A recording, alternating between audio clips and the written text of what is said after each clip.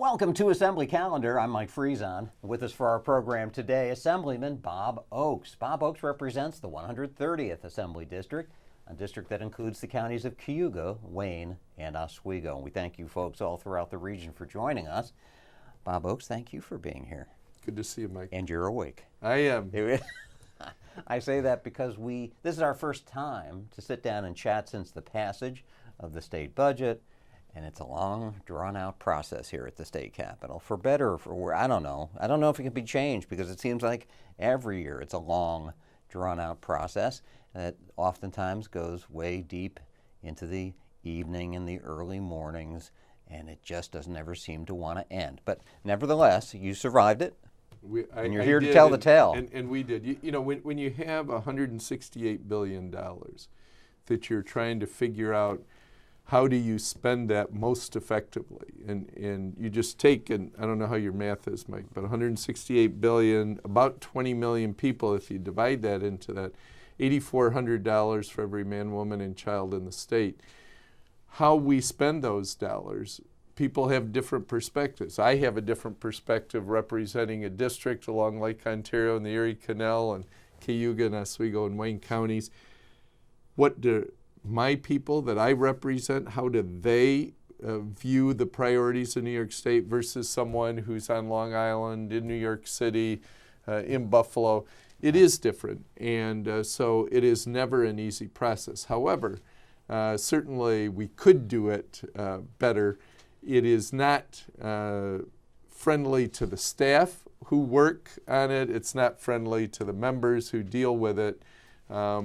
But it is something that thankfully this year, another on-time budget for New York State, and now we are in the midst of the fiscal year for 2018-19. You don't want to see sausages made, laws made, or I think budgets passed. I think Clearly. Let's add budgets passed Clearly. to that mix.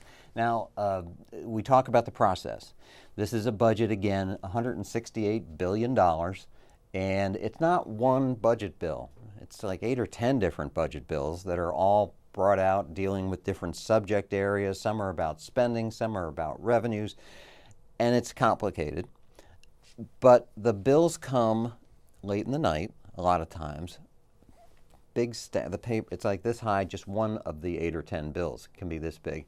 And they come to you, and you got to vote on them pretty quick. Usually a bill comes to your desk, it has to sit there by law for 3 days so that you've got time to read it, the public's got time to know what's in it before a debate takes place.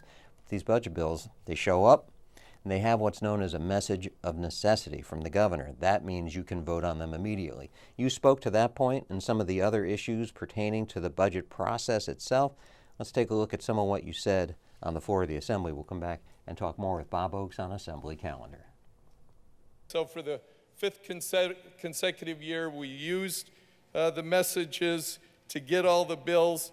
The budget was negotiated, as it has been, behind closed doors with 2 or 3 or 4 men in the room, and without the presence of the minority leaders from either the Senate or the Assembly. And I just think as this budget's being completed, perhaps if a different perspective was in the room or at the table, Leader Kolb or Leader Stewart-Cousins, some of the issues that were stumbling blocks that people couldn't figure out how to get by, perhaps the perspective might have been there to help us not drag this out to this wee hour of the evening or morning, and as many days as it took. And it took many days. And what you're talking about there is what's known as the 3 men in a room, where it's the governor and the legislative leaders negotiating this whole thing out behind closed doors. The minority leaders from the Assembly and the Senate were not included as part of that group. And a lot of people feel that that's not right, that there's a lack of representation there for a whole bunch of New Yorkers who don't have their voice in the room. Well, and again, you can't put all the state legislature, 213 people in that room, but certainly all the different groups should be represented there. And to my point there, even though it was late at night and maybe I'm not as eloquent as I ought to be on the floor of the legislature, but I just think, we have an opportunity to make better decisions. And in my experience in life, and I hope yours, if you have a small group closed in trying to figure out what to do, the decision that you come up with is probably may not be, and is typically not as good as a perspective if you have wider views there to help you make the room. And whether, I know you're involved in your local church or whatever, you can't have maybe the whole congregation doing it, but if you have one or two people making the decision versus a group, maybe an advisory committee or a board or whatever doing it, again, you have better decisions. And I just think the budget process for the state of New York, it has too much implication, too big an issue. It might not even be that the issues that are being brought to the table by the minority leaders will be adopted. So the final product may not change, but even the process of saying, you know what, maybe we ought to tell so-and-so this so that we can get an agreement here. There was a stumbling block in this budget that the governor and the two majority leaders, the speaker and the majority leader, could not figure out how to get beyond. It pushed this process out 3 extra days. We should have had an early budget. We had the religious holidays, the Passover and Easter, pushing the process. This could, if you're ever going to have an early budget, this was the year.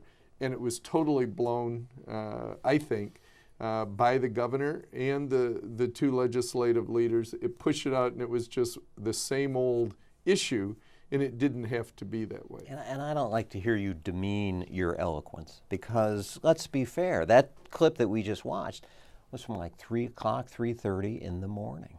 I mean, that was a very late point. And the point there being, you sometimes don't do I know I don't do my best work at 3:30 in the morning. I need my sleep. And yet you're asked to, take in what's in these bills and process them and cast a vote on them in a very short amount of time and at a very late hour oftentimes. The net to the people watching this and the people I represent is it could be a better process, and it's not going to change unless the people in those positions decide to do that. And the governor actually has the power of who's going to be in the room. So you also spoke during your remarks about the content.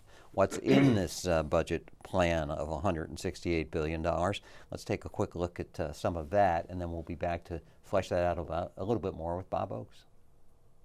In the end, I think the residents of New York State got a more narrow budget, one without enough perspective if we were to include the minorities, and one personally that I felt in the end borrows and spends too much money. And even though we were able to take out a number of the taxes, still the burden on the taxpayers of New York is significant. And so a closed process today, again, leaves us with less than I think the people of New York State deserve. Now, the governor, if we go back to January when this budget process got underway, he was railing against the federal government and what the president and the Congress had done in terms of reforming the federal tax system. And he was saying a lot about how that was going to screw things up here in New York and make things worse for New Yorkers. Does this budget make things better or worse for the folks that you represent who are watching this program? Well, overall, the governor also, when he proposed a number of things, proposed a number of taxes, to increase taxes. Most all of those things were rejected in the final budget. It does, though, spend overall 3.4, I think, percent higher than a year ago. It does keep the state operations spending to a 2% self-imposed cap that the governor has tried to do. So I think overall, from that standpoint, we did okay, but at the same time, as I mentioned, it does increase borrowing, which is of grave concern, because it's that out-year spending. And at least we have in the state, under the Pataki years, we put in a debt cap.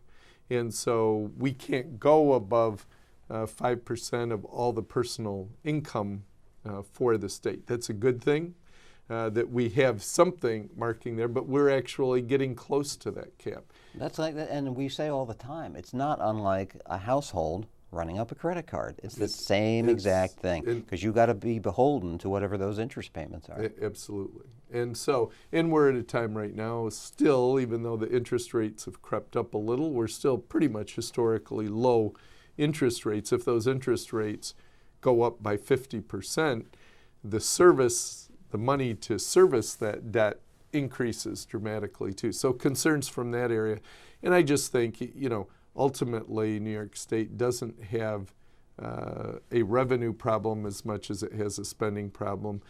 Certainly we can't continue just going at a level that puts the future of New York in jeopardy. We're a high-tech state. We have 1 million people in the last few years who have left this state to go to other opportunity.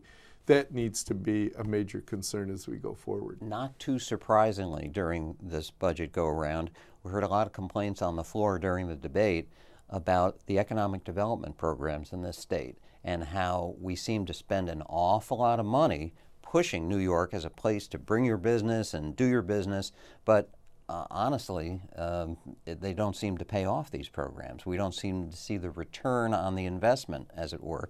Plus, there's a lot of questions about, there's a trial that's just recently concluded involving some of the governor's own administration, some of those people, that there was some corruption involved in the economic development spending. A lot of complaints about that this year. Were there changes initiated in this budget to change that? Unfortunately, no. There were some proposed going in. They didn't survive the negotiations. We have another trial starting soon. Both of those related to both economic development dollars and also undesignated pots of money that the governor may have access to, or the legislative leaders. And anytime you have money that you can't see where it's going to go when you do the budget, it should be of concern. And we've counted at least $1.3 billion in this budget that sit in those pots of money. And I had a bill, or have a bill, that would provide greater oversight and transparency for that whole process. I think it totally makes sense in light of what you just said about corruption and problems that have been there. How do you change it? You don't do it internally and say, okay, I'll take care of it. You change the rules and laws that provide the oversight. And what my bill would do, and it has strong support in our conference, is we would have the Attorney General and the Comptroller, both independently elected, and the Budget Director, provide oversight to look at any project over a certain dollar amount to see if there's any conflict of interest, so they would sign off on it. Also, it would say, if you're a person making a decision about where money goes, or if you're a person receiving the dollars, you can't contribute to the governor or to the individuals who are making that determination. And so those are some of the just basic things that I think could be changed. Unfortunately, when we came back to Albany, one of the first things they did in the New York State Assembly was hold that bill or block it from going further. It was very disappointing to me. But the issue's still out there. And you could tell from the budget debate that there's an awful lot of questions about how the economic development programs in New York are being implemented. We're out of time. Bob Oaks, thank you for joining us today. We'll be talking more about this budget process and its in the result and how it impacts the people you represent in future programs. We look forward to that. Thanks for being here. Thank you, Mike. Thank you, folks, too, for spending your time. We'll hope to see you soon for our next edition of Assembly Calendar.